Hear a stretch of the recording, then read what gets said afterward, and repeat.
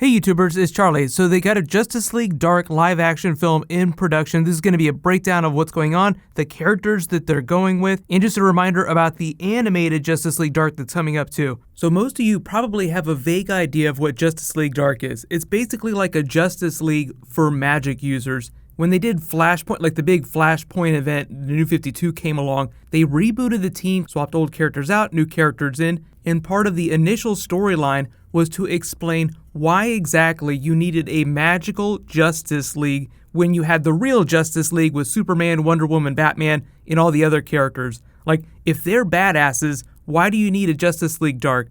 Well, Enchantress basically hands the Justice League their asses, so everyone decides, hey, we need a group of magical specialists to handle threats like this. So that creates the need for Justice League Dark. And what just happened in the DC movies, we had Suicide Squad where we saw a bunch of magic things going on. Enchantress, possessed by the succubus, almost took over the Earth. So naturally you can see the end for the Justice League movie where they're supposed to be, like the way Geoff Johns and the other people that are talking about it, it's going to be deeply integrated with the movie universe. So they look at threats like they had in Suicide Squad. Oh my god, we have big magical villains. We need magical heroes to help fight them. So right now, this will get you really excited. The team that they're talking about is supposed to be in the movie. This could change a little bit. They could swap a couple characters. But for now, the team is Constantine, Swamp Thing, and everyone's really excited about that, Deadman, Zatanna, and Etrigan the Demon. So even though a lot of these characters have been around in the comics for a long time, the idea of the Justice League Dark team working together is relatively recent, like in the last 10 years or so. So it's not like you have to go back to the 1950s to start reading backstory. But you can see how the movies are trying to include as many of people's favorite characters as possible. Like they want people to understand who some of them are before you go see this. So everyone has a pretty good idea of who most of these characters are. You know, Deadman isn't relatively well known outside of the comic book universe. But that's okay. They'll explain their backstories the same way they explain the Suicide Squad characters. Because, like, most people know who Killer Croc is, but everyone's like, who's Slipknot? Who's this character? You know, like, there's going to be a couple characters that you'll have to get to know through the course of the film. But I'm hoping, because they haven't really done any Teen Titans stuff yet, is that they'll do Raven at some point. Either she'll swap for Enchantress in Suicide Squad and be like a backdoor to Trigon, but Trigon would be a villain that the Justice League Dark would go up against. They've been known to work with Argus, so they'll be interacting with Amanda Waller, like they'd probably learn about the threats through her. The House of Mystery is their base of operation. The house itself is kind of like a room of requirement where, you know, it changes shape and size just depending on what people need it for. But I would expect them to do a lot of deep cuts from the comics, a lot of really fun stuff. So we met Enchantress. In the movie universe, she's kind of from the Nightshade realm, which is an alternate dimension. Constantine brings in the idea of a heaven and hell, God, angels, demons, the devil. Then you have a bunch of different types of magic that the different members of the team practice. Like you have Zatanna that speaks magical spells backwards. So I know it sounds a little confusing, especially if you're not super familiar with the comics. What the movie's gonna do is just like find a really creative way to simplify all that, make it easy to understand. Because like they want as many people to go see this as possible. So in the way Suicide Squad drew on a lot of really deep cuts from the Suicide Squad comics, narrative problems aside, most of you that went to see that movie could probably understand what was going on with each of the characters, even though they didn't really over-explain the magical elements. But I do have to say I'm kind of bummed that Guillermo del Toro isn't working on this anymore. He was trying to get a Justice League Dark movie made for a long time. Like when you hear about George Miller's version of Justice League or Kevin Smith's version of Superman, like all those different scripts that were happening in the last like 10 to 15 years that never got made, projects that never came to fruition. That was around the time Guillermo del Toro was trying to get a Justice League Dark movie off the ground. But I would expect the way it looks, like the magic, the special effects, to be in keeping with the other Justice League movies that we've seen so far, like Batman v Superman, Suicide Squad. So while like the visual effects will look relatively similar, I would expect the movie to carry its own tone. It'll have its own sense of humor. It's not going to be a carbon copy of like the Batman Justice League movie, just with magical characters. Each of the characters that they pick to put in the team drive the tone of the film, so a lot of it will flow from that. And that's really where Geoff Johns comes in. He's like the guy who goes to really good directors who might not know a lot about comics, but make really awesome films and says, okay, these are who these characters are.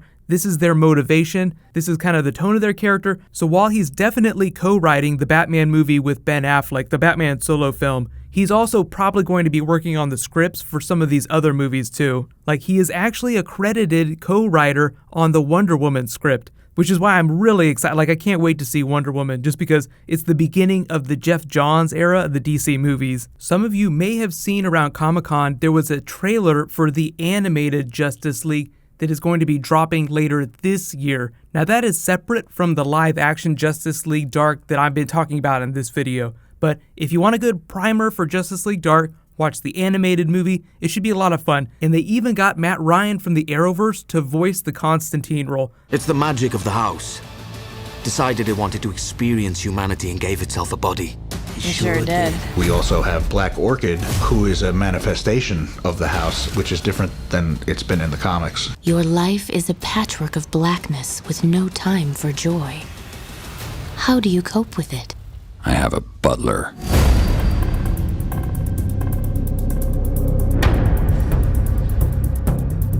No two ways about it. We need to get close to have a chance. I expect the worst, so I prepare for the worst. We were able to line up Matt Ryan, who played Constantine on TV.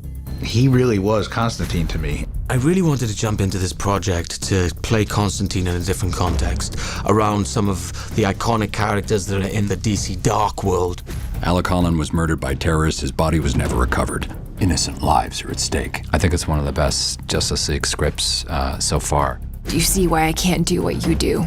She always has to say how she feels in the situation. I could kill him. Little late for that, my friend. Sweet! Batman's heard of me. Why are we in the middle of a godforsaken swamp? To smash your skull is what I crave! They're everywhere! Everywhere! It's a different kind of story than what we've done in the past with just fighting aliens or fighting Lex Luthor or supervillains, but now we're dealing with, villains who want to take your soul. I think fans can expect the unexpected. You don't consider the cost. Now, John, there's no time. Here's what real magic looks like. I like the action. Move! Fine and dandy. Let's take a walk on the dark side then. I know a lot of you would like to see Matt Ryan be in the movie universe. I have no idea who they would cast, but they might wind up going with Colin Farrell or like a bigger name. Just don't be surprised if they don't cast Matt Ryan, but it's totally possible. But let me know in the comments, like, what do you want them to do with Justice League Dark? There's so many different directions that they could go.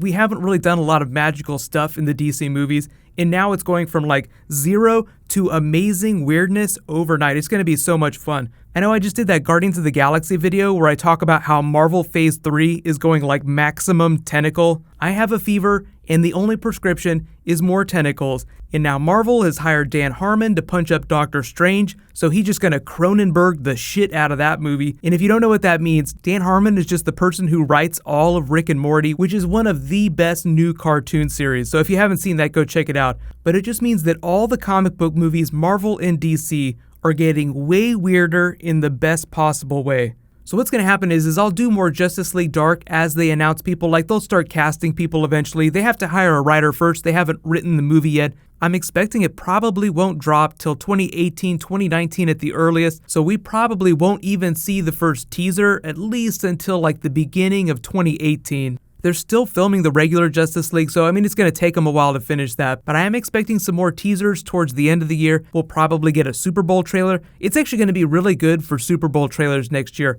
because we have Spider-Man Homecoming, Guardians of the Galaxy 2, Wonder Woman, and Thor Ragnarok. So there's just going to be so much stuff dropping in the next 6 months. It's going to be so awesome. And that's just the movies. I'm not even talking about the comic book TV shows. Speaking of Thor stuff, over in the Marvel Universe, there was this picture of homeless Odin that dropped, so I'll be doing a video for that. There's a new Arrow Season 5 trailer, so I'll try to get those videos out as fast as possible. But there is a new round of the giveaway. All you have to do to enter is be a subscriber and leave a comment on this video. So, whole bunch of awesome stuff dropped today. I'll try to get through it as fast as possible. While you guys wait for that to post, you can click here for the new Flash trailer I just posted, and you can click here to learn more about the Black Flash called The Rival. Thank you so much for watching, everybody. Let's high five. I'll see you guys tonight.